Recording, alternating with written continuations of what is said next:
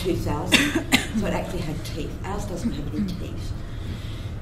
So it meant things like training institutions could no longer turn someone away from it because they had an impairment. So if you had an impairment, if I rocked up to a dance school and said, I want to audition and I want to get into this, those learning institutions couldn't discriminate.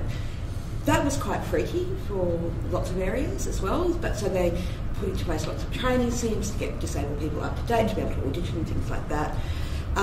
People had to start producing information in different alternative formats. So it was a bit of a stick, but people have seemed to really embrace it.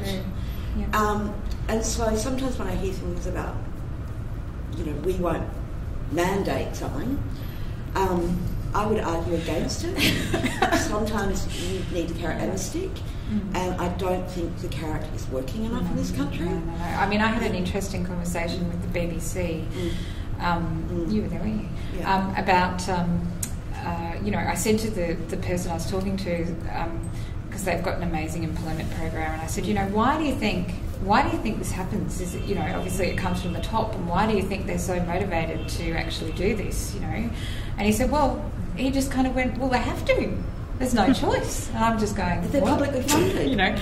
But yeah, they don't have a choice. It's seen, the legislation has enough teeth that everyone just assumes that it has to be done. Now that doesn't mean that it's perfect, but what it does mean is that there's much more impetus and there's much more of a motivation for leaders and CEOs and managers to actually take that step, and also it means that there's more funding attached to it. And it also means when we're talking about people, they're not in token positions, nobody wants that.